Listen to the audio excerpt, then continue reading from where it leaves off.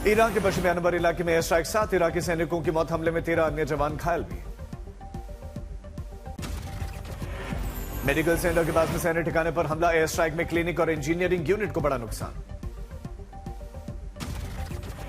Rescue operation जारी है, मलबे में और लोगों के फंसे होने की आशंका, तलाश में टीमें लगातार काम कर रही है, हताहतों की संख्या बढ़ने का डर है।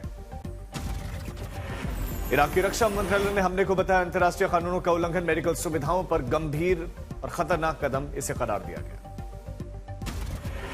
ईरान बोला इजरायल के शहरों पर हमले तेज, हाइफा, तेल अवीव और बेन गुरियन एयरपोर्ट के पास में हमले का दावा किया गया। ट्रू प्रॉमिस 4 के नए चरण में ईरान ने हमलों का दावा किया, मिसाइलें रक्षा तंत्र भेजने और कई जगहों पर आग लगने की बात कही।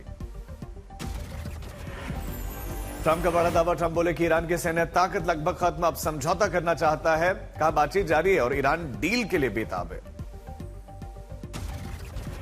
ट्रंप का दावा कि ईरान ने गैस तेल से जुड़ा हुआ बड़ा तोहफा दिया है, डील के संकेत दिए, कहा कि इससे साफ है कि सही लोगों से बात हो रही है, समझौता निकट है।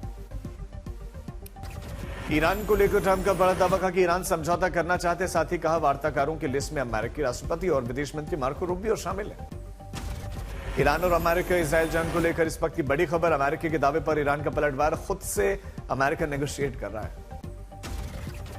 अमेरिकी सेना के प्रवक्ता का बयान, अमेरिका केवल आपस में बातचीत कर रहे हैं, युद्ध विराम समझौते के लिए अमेरिका के प्रयास सिर्फ मजाक है।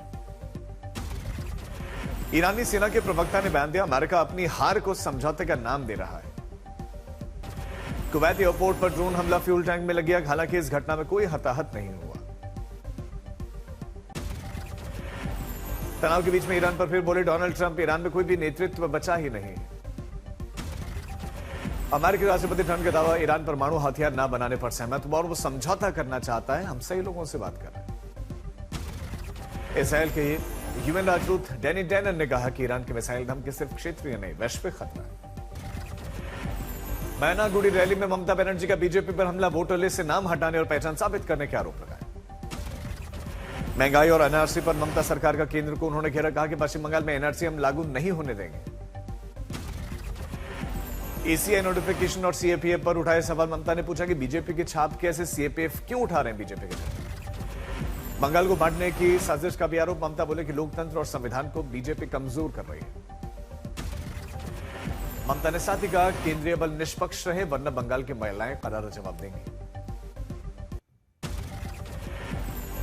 मिडिल ईस्ट तनाव को लेकर सरकार ने बुलाई सर्वदलीय बैठक, आज शाम 5 बजे संसद भवन परिसर में मीटिंग, रक्षा मंत्री राजनाथ सिंह, विदेश मंत्री एस जयशंकर भी रहेंगे मौजूद।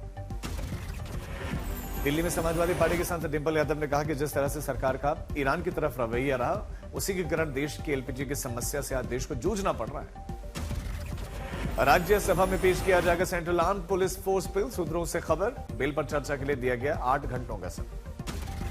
संसद का बजट सत्र स्थगित करने पर सहमत हुए सरकार और विपक्ष, किसी भी दिन हो सकता है ऐलान, सेशन का दूसरा हिस्सा 2 अप्रैल को होने वाला है खत्म।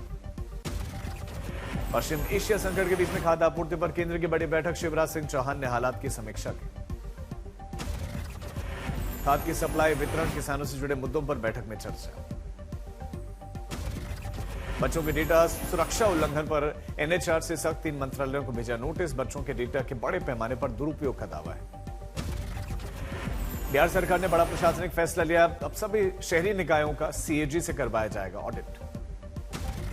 बलरामपुर में वोटर डेमोग्राफी पर बड़ा सवाल, नेपाल सीमा से लगे हुए इलाकों में वोटर्स के नाम बदलने के आरोप और नाम ऐसे बदल दिए गए सिस्टम धर्म पहचान ही न पाए। बंगाल चुनाव में ओवैसी और हुमायूं कबीर के मोर्चे पर ममता बनर्जी का हल्ला बोल, कहा मुस्लिमों का कुछ हला गया, सीट शेयरिंग पर बातचीत फाइनल।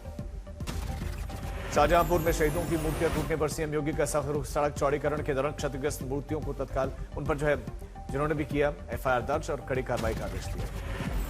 कांग्रेस के 24 अकबर रोड मुख्यालय खाली करने का फाइनल नोटिस, पूर्व मुख्यालय से पार्टी को जल्द ही स्थान खाली करने का निर्देश। तमिलनाडु में एआईएडीएमके ने उम्मीदवारों की पहली सूची जारी की है।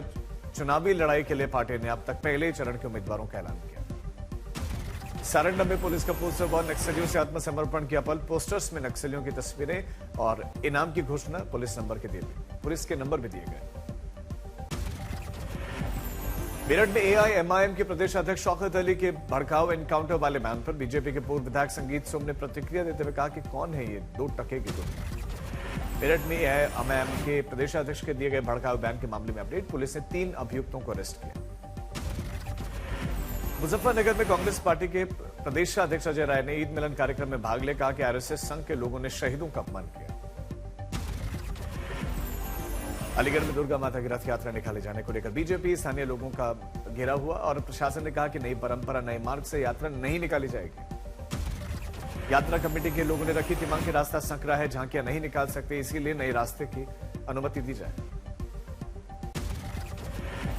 जम्मू कश्मीर के भद्रवाह से दिल खुश कर देने वाली तस्वीर आई। मशहूर पर्यटन स्थल गुलडंडा इस समय बर्फ की सफेद चादर में लिपटा हुआ दिखाई दिया। खूबसूरत भद्रवाह घाटी में ताजा बर्फबारी के बाद ये नजारा बेहद दिलकश खूबसूरत दिखाई दिया। चारों तरफ बर्फ की सफेद चादर दिखी।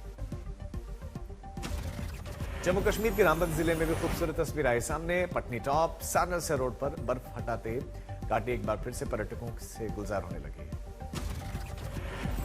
रामबन की मनमोहक घाटी अपनी हरियाली और प्राकृतिक सौंदर्य के लिए जानी जाती है। इस सीजन में पर्यटन को नई रफ्तार मिल रही है। हैदराबाद में कई हिस्सों में लगातार बारिश, जगह जगह भरा पानी, लोगों की बड़ी मुसीबत। सैलानियों से गुजर हुई कश्मीर घाटी। श्रीनगर की मशहूर डल झील में पर्यटक पारंपरिक शिकारा राइड का लुत्फ उठा रहे हैं। देश भर में बदलेगा मौसम का मिजाज। 26 मार्च से एक और वेस्टर्न डिस्टर्बेंस की होगी दस्तक। 18 राज्यों में होगी बारिश। दिल्ली के हनुमान मंदिर के पास में हुए बस हादसे में 2 लोगों की मौत। दिल्ली पुलिस ने जानकारी दी है। बरेली में बच्चा चोरी करने वाली महिला गिरफ्तार। महिला के पास से बरामद 2 बच्चे पुलिस ने अरेस्ट किया। बरेली में गौकशी करने वालों का दूसरे दिन हाफ एनकाउंटर। पैर में लगी गोली, बोले गलती हो गई, माफ कर दो। सोनीपत में हाई वोल्टेज ड्रामा। 250 फीट ऊंचे मोबाइल टावर पर चढ़ा युवक, वीडियो ऐसा में। महाराष्ट्र केरलम के बाद छत्तीसगढ़ में बर्ड फ्लू की पुष्टि हुई। 5000 से ज्यादा मुर्गियों की मौत। भोपाल लैब रिपोर्ट पॉजिटिव आई। सहारनपुर में नाबालिग बच्ची ने फांसी लगाकर जान दे दी। युवक पर अश्लील वीडियो बनाकर ब्लैकमेलिंग और आत्महत्या के लिए उकसाने का आरोप। मंदसौर में पेट्रोल डीजल खत्म होने की अफवाह से सैकड़ों लोग जरूरत से ज्यादा पेट्रोल भरवाने के लिए पहुंच गए। लंबी लंबी कतार देखने को मिली। आगर मालवा में पेट्रोल खत्म होने की अफवाह ने पेट्रोल पंपों पर अफरा तफरी मचा दी। लोग ड्रमों तक में ईंधन भरवाते दिखाई दिए। देवास में अफवाह से हटकर तो ईंधन लेने की होड़ में पेट्रोल पंप पर चले जमकर लात घुसे, वीडियो ऐसा में। पटना में हिंदुस्तान पेट्रोलियम के टैंकर और बाइक में हुए जबरदस्त टक्कर। टैंकर में लगी आग, कड़ी मशक्कत के बाद आग पर काबू पाया गया। यूपी के बांदा में नई नवेली दुल्हन शादी के 1 महीने के बाद डॉक्टर पति को छोड़कर प्रेमी के साथ फरार, जांच जारी। रोहतास जमीन खरीद बिक्री के झगड़े में मारपीट करके एक शख्स की हत्या कर दी गई। फिर पुलिस ने 5 को हिरासत में लिया। फतेहपुर में महिला की चाकू गोदकर निर्मम हत्या। कुछ दिन पहले पड़ोसी युवक ने महिला का अश्लील वीडियो बनाया और वायरल किया। झांसी में युवती की मौत, पिता से फोन पर की बातचीत। 3 घंटे के बाद मौत की खबर मिली। आज चैत्र नवरात्र का 7वां दिन मां दुर्गा के कालरात्रि स्वरूप की हो रही है। देश भर में उपासना मंदिरों में उमड़ा देवी के भक्तों का सैलाब। दिल्ली के झंडेवाला मंदिर में लगा भक्तों का तांता। माता के दर्शन पूजन के लिए उत्साहित दिख रहे हैं भक्त। माता का दरबार भी सजा। विधि विधान से पुजारी ने उतारी माता की आरती, भक्तों ने आशीर्वाद लिया। अलवर के करणी माता मंदिर के पास में शावकों के साथ पहुंची बाघिन। प्रशासन ने बढ़ाई मॉनिटरिंग, कच्चे रास्ते को बंद किया गया। उत्तरकाशी में मां यमुना के शीतकालीन प्रवास। खरसाली गांव में धूमधाम से मनाई गई यमुना जयंती उत्सव। तीर्थ पुरोहितों ने मां यमुना की विशेष पूजा की। 48 साल बाद जगन्नाथ मंदिर के रत्न भंडार की आज से शुरू होगी इन्वेंट्री, वीडियोग्राफी और 3D मैपिंग से पारदर्शी बनाई जाएगी पूरी प्रक्रिया। पहली बार जियोलॉजिस्ट और आरबीआई अधिकारी भी होंगे इसमें शामिल। हालांकि इस बार सिर्फ दस्तावेजीकरण होगा, कोई मूल्यांकन नहीं किया जाएगा। चरणबद्ध तरीके से रत्न भंडार के बाहरी और भीतरी कक्षों की इन्वेंट्री होगी। रोज काम के बाद ट्रेजरी में जमा होंगी चाबियां। आखिरी बार 1978 में हुई गिनती के रिकॉर्ड से किया जाएगा मिलान। नई तकनीक से लगभग 1 महीने में प्रक्रिया पूरी होने की उम्मीद है।